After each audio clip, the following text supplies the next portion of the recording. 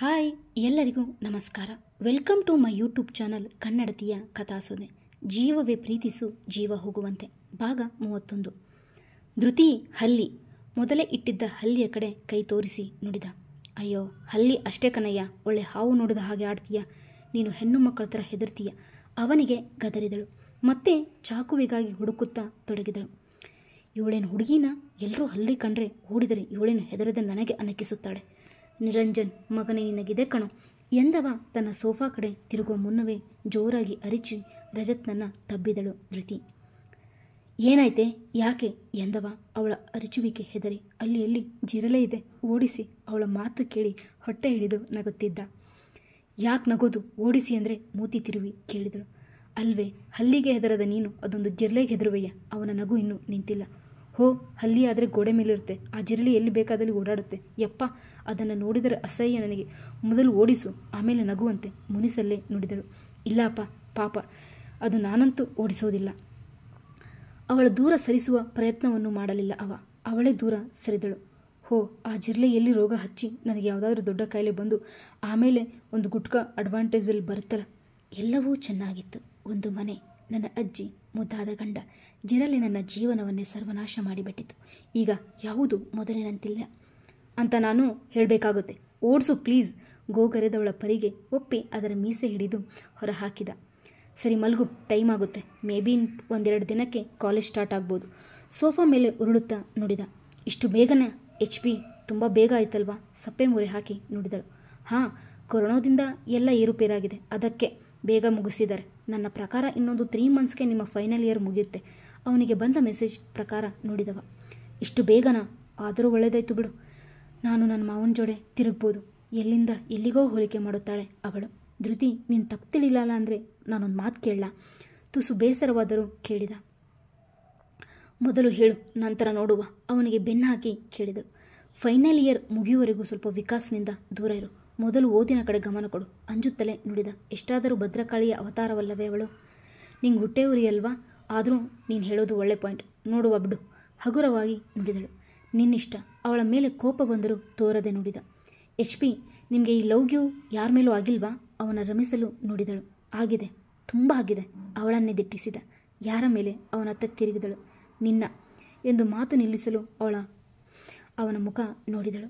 ನಿನ್ನ ಜೊತೆ ಇತ್ತಲ್ಲ ಆ ಜಿರಲೆ ಮೇಲೆ ಜೋರಾಗಿ ನಕ್ಕವ. ಸರಿ, ಗುಡ್ ನೈಟ್. ಮೂತಿ ಕೊಂಕಿಸಿ ಮಲಗಿದಳು. Good night. ಅವನು ಮಲಗಿಬಿಟ್ಟು ನಸನಗುತ್ತಾ. ಮತ್ತೆರಡು ದಿನ ಕಳೆದಿತ್ತು. ಕಾಲೇಜ್ ಶುರುವಾಗೋದರಲ್ಲಿತ್ತು. ಅಂದು ಬೆಳಿಗ್ಗೆ, ನಿನ್ನ ನೋಡೋಕೆ ಯಾರೋ ಬಂದಿದ್ದಾರೆ ನೋಡೆ, ಅಜ್ಜಿ ಖುಷಿಯಿಂದ ನುಡಿದರು. ಯಾರಜ್ಜಿ ಎಂದು ಹೊರಬಂದವಳ ಮುಂದೆ ನಿಂತಿದ್ರು ಚಂದ್ರು ಗಿರಿಜಾ ಅವರ ಮಗ. ಅವರೆಷ್ಟೇ ಕೆಟ್ಟವರಾದರೂ ಇವನು ಮಾತ್ರ ಧೃತಿಯನ್ನು ತಂಗಿಯಂತೆ ಪ್ರೀತಿಸುತ್ತಿದ್ದ. ಅಣ್ಣ, ಓಡಿ ಹೋಗಿ ತಬ್ಬಿಬಿಟ್ಟಳು. ಹೇಗಿದ್ದೀಯಾ ಎಂದು ಒಮ್ಮೆ ತಲೆ ನೆರವೇರಿಸಿದ. ನಾನು ಚೆನ್ನಾಗಿದ್ದೀನಿ ಕಣೋ, ನೀ ಹೇಗೋ ಇದ್ದೀಯಾ? ಅವನೆಂದರೆ ಪ್ರಾಣ ಅವಳಿಗೆ. ನೋಡು, ಎಷ್ಟು ಸ್ಮಾರ್ಟ್ ಆಗಿದ್ದೀನಿ, ಆದರೆ ಯಾವ ಹುಡುಗಿನೂ ಸೆಟ್ ಆಗ್ತಾ ಇಲ್ಲ. ನೀನು ಸೆಟ್ ಮಾಡ್ತೀಯಾ ಅಂದ್ಕೊಂಡ್ರೆ ನೀನು ಸೆಟಲ್ ಆಗಿಬಿಟ್ಟೆ ನನ್ನ ಗೆಳೆಯನ ಜೊತೆ. ಕೋಪ ನಟಿಸಿ ನುಡಿದ. ನಾನು ಬೇಕಂತ ಕಾಳು ಹಾಕಿಲ್ಲ ನಿನ್ನ ಫ್ರೆಂಡ್ಗೆ, ಎಲ್ಲ ನಿನ್ನ ಮಮ್ಮಿ ಮಹಿಮೆ ಎಂದು ಮೂತಿ ಉಬ್ಬಿಸಿದಳು. ಏನು ಹೇಳ್ತಿದ್ದೀಯೇ? ಅವನಿಗೆ ಗೊಂದಲ. ಜಾತ್ರೆಯಲ್ಲಿ ನಡೆದ ಅಷ್ಟೂ ವಿಷಯ ಚಾಚು ತಪ್ಪದೆ ನುಡಿದಳು. ಚಂದ್ರುವಿನ ಕೋಪ ತಾರಕ್ಕೇರಿತ್ತು. ಅಮ್ಮ ಇಷ್ಟೆಲ್ಲ ಮಾಡಿದಳ, ಇರು ಮಾಡ್ತೀನಿ ಎಂದು ಹೊರಟವನ ಹಿಂದೆಯೇ ಇದ್ದರು ಗಿರಿಜಾ. ಏನೇ ನನ್ನ ಬಗ್ಗೆ ನನ್ನ ಮಗನ ಕಿವಿಗೆ ಊದಿದೆ ಬಿಟ್ಯಾ? ನಿನ್ನ ಮಾಡ್ಕೊಂಡು ಕರ್ಮಕ್ಕೆ ಯಾಕೆ ಹೊಣೆ ಮಾಡ್ತೀಯಾ? ವರ್ಷಕ್ಕೆ ಒಮ್ಮ ಮಗ ಬಂದಿದ್ದಾನೆ, ನೇರ ನಿನ್ನ ನೋಡೋಕ್ಕೆ ಬಂದರೆ ನೀನು ಹುಳಿ ಹಿಂಡಿದೀಯಾ? ಒಂದೇ ಸಮನೆ ಬೈದರು ಗಿರಿಜಾ. ಅಮ್ಮ, ಜಸ್ಟ್ ಸ್ಟಾಪ್. ಇದಕ್ಕೆ ನಾನು ಮನೆಗೆ ಬರಲ್ಲ. ಅಪ್ಪನ ಮುಖ ನೋಡ್ಕೊಂಡು ಬರ್ತೀನಿ.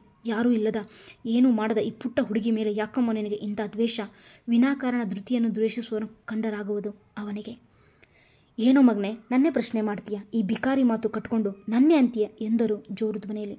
ಯಾರನ್ನ ಬಿಕಾರಿ ಎಂದದ್ದು? ಅವಳಿಗೆ ಸ್ವಂತ ಅಜ್ಜಿ ಇದ್ದಾರೆ, ಅಣ್ಣ ಅಂತ ಚಂದ್ರು ಇದ್ದಾನೆ.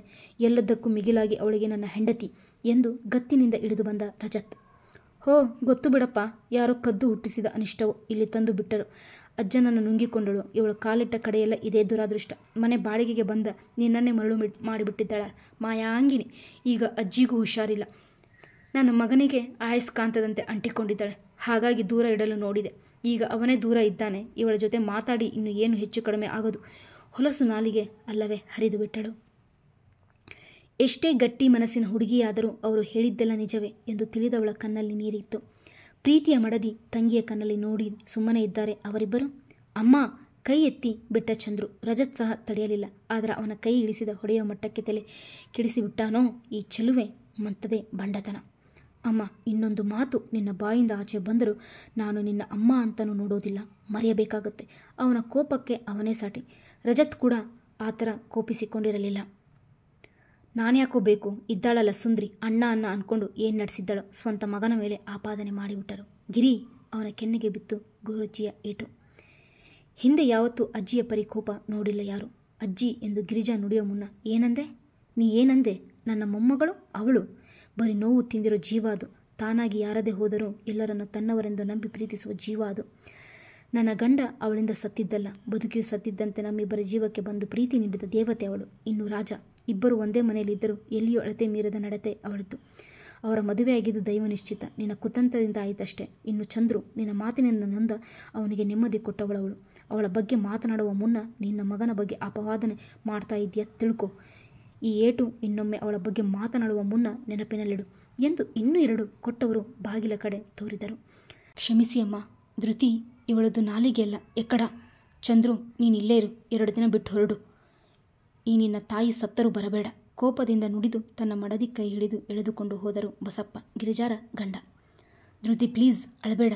ನೋಡಿಲಿ, ಯಾರೇನೇ ಅಂದರೂ ನಾನೇನು ನನ್ನ ಅಷ್ಟೇ, ಆಯ್ತಾ ಎಂದು ಅವಳ ಕಣ್ಣೀರು ಒರೆಸಿ ಹನೆಗೆ ಮುತ್ತಿಟ್ಟ. ಅಜ್ಜಿ ಅವರ ಬಳಿ ಕುಳಿತು ತಲೆ ನೆರವೇರಿಸಿದರು. ಅಣ್ಣ, ನೀನು ಮತ್ತೆ ಬೆಂಗಳೂರಿಗೆ ಹೋದರೆ ಬರೋದೇ ಇಲ್ವಾ? ನಾವು ಡೈಲಿ ಬಂದರೂ ನಿನ್ನ ನೋಡೋಕ್ಕೆ ಆಗಲ್ಲ. ಕೊನೆಗೆ ಸಮಾಧಾನಗೊಂಡು ನುಡಿದಳು. ಇಲ್ಲ ಕಣೆ, ಇನ್ಮೇಲೆ ವಾರಕ್ಕೊಮ್ಮೆ ನಿನ್ನ ಕಾಲೇಜ್ ಬಳಿ ಬರ್ತೀನಿ ನಿನ್ನ ನೋಡೋಕ್ಕೆ. ನನ್ನ ನೋಡೋಕ್ಕೆ ಅನ್ಬೇಡ, ಕಾವು ನೋಡೋಕ್ಕೆ ತಾನೇ. ಅವಳ ಅಪ್ಪಂಗೆ ಹೇಳ್ತೀನಿ ಈ ಸರಿ ಅಣ್ಣ ಇಲ್ಲ ನಿಮ್ಮ ಅಂಕಲ್ ಗಿರಿ ಮನೆಗೆ ಕಾಳು ಹಾಕ್ತಿದೆ ಆ ಗಿಡಗ ಅಂತ ಸೊರ್ಸೊರ್ ಮಾಡುತ್ತಾ ನುಡಿದಳು. ಲೇ, ನನ್ನ ಲವ್ ಸ್ಟೋರಿ ಸ್ಟಾರ್ಟ್ ಆಗೋಕ್ಕೂ ಮುಂಚೆ ಏನು ಮಾಡ್ತೀನಿ? ಸಪ್ಪೆ ಮುಖ ಮಾಡಿ ನುಡಿದ. ಇಲ್ಲ ಮತ್ತೆ, ಪಾಪದ ಹುಡುಗಿಯದು, ಮಾತಾಡೋಕ್ಕೆ ಹೆದರ್ತಿದ್ದಾಳೆ. ನೀನು ಲವ್ ಗಿವ್ ಅಂದರೆ ಅಷ್ಟೇ, ಆಮೇಲೆ ಅತ್ತೇ ಬಿಡ್ತಾಳೆ. ನನ್ನ ಗೆಳತಿ ಬಗ್ಗೆ ಅರಿತಿದ್ದಾಳಲ್ಲವೇ ಅವಳು. ಲೇ, ಸಪೋರ್ಟ್ ಮಾಡೆ, ನಾನು ತುಂಬ ಇಷ್ಟಪಡ್ತಿದ್ದೀನಿ ಕಣೆ ಬೇಡಿದವ. ಕಾವು ಗಟ್ಟಿಯಾಗಿ ಮಾತಾಡಿದರೆ ಸಾಕು ಅತ್ತು ಬಿಡ್ತಾಳೆ. ಅಂಥದ್ರಲ್ಲಿ ನಿನ್ನಮ್ಮನ ಬಾಯಿಗೆ 3 ದಿನ ನಿನ್ನ ಜೊತೆ ಇರಲ್ಲ ಅವಳು. ಜೋರಾಗಿ ನಕ್ಕಳು. ಆದರೆ ಚಂದರು ಪೆಚ್ಚಾದ. ಸಾರಿ ಕಣು, ತಮಾಷೆ ಮಾಡಿದೆ. ಅವಳು ಮುಗ್ದೆ, ಅದಕ್ಕಷ್ಟೇ. ಪರವಾಗಿಲ್ಲ, ನೀನು ಬೆಂಗಳೂರಲ್ಲಿ ಇರ್ತೀಯಲ್ವಾ, ನಡೆಯುತ್ತೆ. ನಾನು ಓಕೆ ಮಾಡ್ತೀನಿ. ಆದರೆ ನಿನ್ನ ಬಗ್ಗೆ ಏನಂತ ಹೇಳಿ ಇಂಪ್ರೆಸ್ ಮಾಡಲಿ? ಯೋಚನೆ ಮಾಡುವ ನಾಟಕ.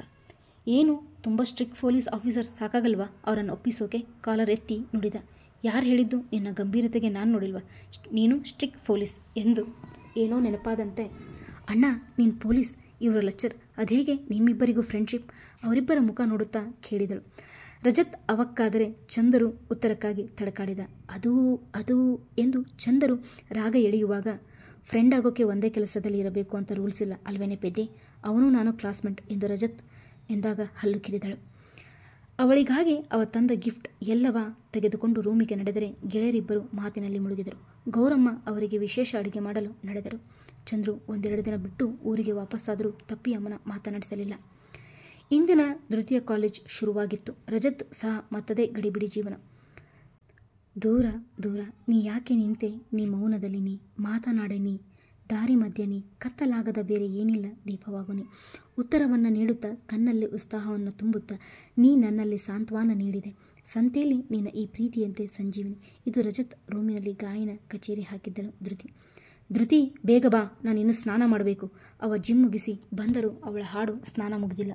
ನಾನೇನು ಮಾಡಲಿ, ಹೋಗು, ನಂದಿನ್ನೂ ಲೇಟ್ ಆಗುತ್ತೆ ಒಳಗಿನಿಂದ ಕೂಗಿದಳು. ಇವಾಗ ಬರ್ತೀಯೋ ಇಲ್ವೋ? ಸಾಕಾಗಿ ಹೋಯಿತು ಅವನಿಗೆ. ಕಾಡುವ ಸಲುವಾಗಿ ಮಾಡುತ್ತಿದ್ದಾಳೆ. ಇಲ್ಲ, ಒಳಗಿನಿಂದ ನಗುವ ಜೊತೆಗೆ ಬಂತು ಧ್ವನಿ. ಟೈಮ್ ಎಷ್ಟು ಗೊತ್ತಾ? 8:45. ಇನ್ನೂ 15 ನಿಮಿಷ ಅಷ್ಟೇ ಇರೋದು ನನ್ನ ಬಸ್ಸಿಗೆ. ಅವಳನ್ನು ಕಾಡಲು ಅವನಿಗೆ ಗೊತ್ತು. ತಡಬಡಿಸಿ ಬಾಗಿಲು ತಡೆದಳು. ಬಾಗಿಲೇ ಅಡ್ಡಾಗಿ ನಿಂತಿದ್ದ. ಅಯ್ಯೋ, ಯಾಕೆ ಅಡ್ಡ ನಿಂತಿದ್ದೀರಾ? ಬಿಡಿ, ನಂಗೆ ಟೈಮ್ ಆಯಿತು. ನೀವು ಸ್ನಾನ ಮಾಡೋಕ್ಕೆ ಟೈಮ್ ಆಗಲ್ವಾ? ಮತ್ತದೇ ನುಡಿದಳು ಸಿಕ್ಕಿಬಿದ್ದ ಕಳ್ಳಿ. ನಂಗೆ ಟೈಮ್ ಆದರೂ ಪರವಾಗಿಲ್ಲ, ಬಾ ಇನ್ನೊಮ್ಮೆ ಸ್ನಾನ ಮಾಡು ನನ್ನ ಜೊತೆ. ಕಣ್ಣು ಮಿಟುಕಿಸಿ ಕೇಳಿದ. ತಲೆಗೆ ಏರಿತ್ತು ಧೃತಿಗೆ. ಹೋ, ತಲೆ ಮೇಲೆ ಕೊಟ್ಟರೆ ತಲೆ ಪೀಸ್ ಎಂತ ಮಾತಾಡೋದು? ಮರ್ಯಾದೆಯಿಂದ ಜಾಗ ಬಿಡು ಎಂದು ಅವನನ್ನು ತಳ್ಳಿಕೊಂಡೇ ಬಂದಳು. ಚಾಕು ಹುಡುಕುತ್ತಿದ್ದರೆ ನಕ್ಕುವ ಸ್ನಾನಕ್ಕೆ ನಡೆದ ತಪ್ಪಿಸಿಕೊಳ್ಳಲು. ಧೃತಿ, ಇನ್ನು ಮುಂದೆ ರಾಜನ್ ಬೈಕಲ್ಲಿ ಹೋಗು, ಬೇಗ ಹೋಗಿ ಬೇಗ ಬರ್ಬೋದು ಆಜ್ಞೆ ಮಾಡಿದರು ಅಜ್ಜಿ. ಹ್ಞೂ ಅನ್ನದೇ ಬೇರೆ ದಾರಿಯೇ ಇಲ್ಲ. ಯೂನಿಫಾರ್ಮ್ ತೊಟ್ಟವಳು ತಾಳಿ ಕಾಣದಂತೆ ಪಿನ್ ಹಾಕಿದಳು. ಆದ್ರಾಗ ಅವಳಿಗೇನು ಗೊತ್ತು ಡಿ ಕಾಲೇಜ್ಗೆ ಅವರ ಮದುವೆ ಸುದ್ದಿ ಬಿಸಿ ಕಜ್ಜಾಯವಾಗಿದೆ ಎಂದು. ಅವಳನ್ನು ಹಿಂದೆ ಕೂರಿಸಿಕೊಂಡ ರಜತ್ನ ಅಂಬಾರಿ ನಡೆಯಿತು ಕಾಲೇಜ್ ಕಡೆ ದುಡುದುಡು ಸದ್ದಿನೊಂದಿಗೆ. ಮತ್ತೆ ಸಿಗುವ ಅಭಿಪ್ರಾಯ ತಿಳಿಸಿ.